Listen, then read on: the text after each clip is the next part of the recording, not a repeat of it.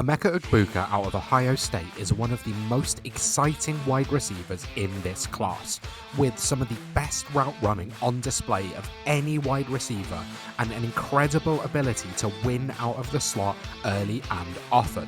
It was expected he'd declare last year, but he stayed in school, and coming out, he's currently the consensus wide receiver 3.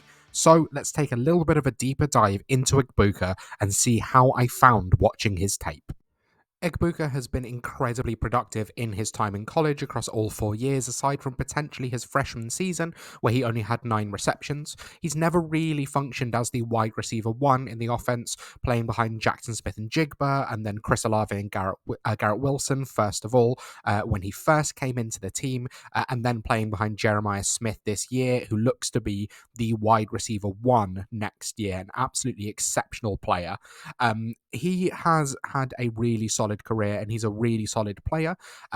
Probably not the highest ceiling compared to some of the other players in this class, but maybe the highest floor of any wide receiver. Very good height and weight, as you can see here, 6'1", 203 pounds. Relatively smaller frame when it comes to the catch radius, but very solid in terms of height and weight. And we know coming out of 4 years at Ohio State, that is a school that has produced some absolutely elite wide receivers across the past few years, rivaling LSU and Alabama in terms of production when they get into the league. So, what are the strengths of his game? Well, this is a real technician, and this is something which is going to translate incredibly to the NFL. And definitely reminds me a little bit of when Garrett Wilson came out, that you just see this incredibly precise route runner. So, you get someone who understands the real techniques of route running, when to use little head fakes, when to use kind of cuts and breaks, and when to work in different ways with the stem or when to work in different ways with the release package in order to win underneath early and often. So this is why I've used the word precise. Like, he's a very strong route runner. I think he might be the strongest in this class, but it's about those high IQ things, which are more nuanced techniques that we don't tend to see too often in college. Tends to be the case that players rely on their athleticism, which isn't really the case with Egbuka. He is a good athlete. The short area quickness, I think, is an area where you can definitely see him succeed, and he's a very natural hands catcher as well.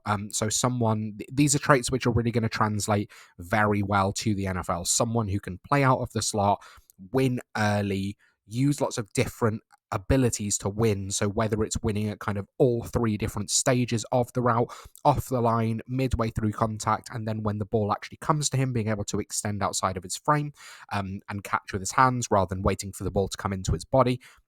These are definitely all things that translate to being a slot-only weapon, and this is definitely something that we've seen with Egbuka in his time in college, potentially a slot plus, and his ability in the yards after the catch game is relatively strong, but it's definitely those high IQ football abilities that we've seen.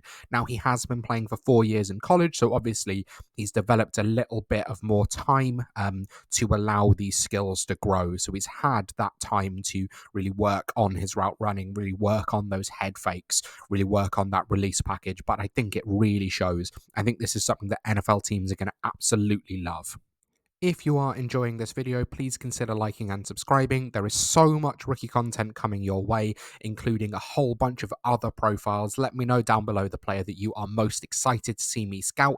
But let's take a look at some of the weaknesses that I've seen when scouting Emeka Egbuka. So a lot of the weaknesses you can see translate to him functioning as a slot-only weapon. We've not really seen him win consistently on the outside.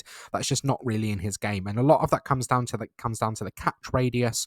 And he doesn't really play up to his frame. He has a relatively smaller frame, but you do see some wide receivers able to kind of play up to that and able to kind of make catches outside of their frame. He's a good hands catcher, but it's not really about. He never looks bigger than he is, and he's not actually that small. He sometimes looks like he plays a little bit smaller than he is currently. He doesn't really have a huge amount of juice in terms of long speed, so he's not really going to separate as a deep threat. That's just not the way that he plays, and it's why I mentioned with Egbuka that I think he's high floor but a relatively low ceiling. I think he is the player that he is. I think he's a fantastic route running technician who is going to function out of the slot, can bring a little bit of yards after the catch, but is going to win early and often off the line. A really good PPR machine. So if you play in a PPR league, he's going to really thrive, but not someone who's going to take a ball kind of 90 yards to the house, not someone who's going to outmuscle corners close to the boundary. I think he can play outside, but I think he's going to thrive working out of the slot.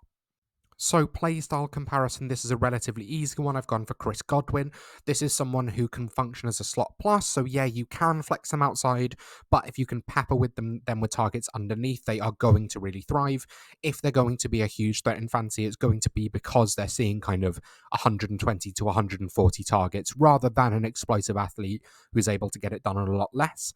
In terms of projected draft value, he's currently projected as the wide receiver 3 in the class, so sort of looking late teens, early 20s.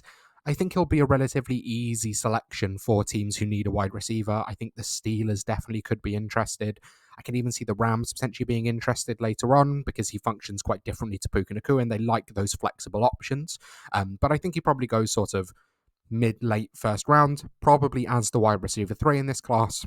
Then, as I've mentioned with a lot of these wide receivers, I think that wide receiver 3 role is going to be really interesting. So probably middle of the first round for a one quarterback league, sort of towards the back of the first when it comes to a superflex league.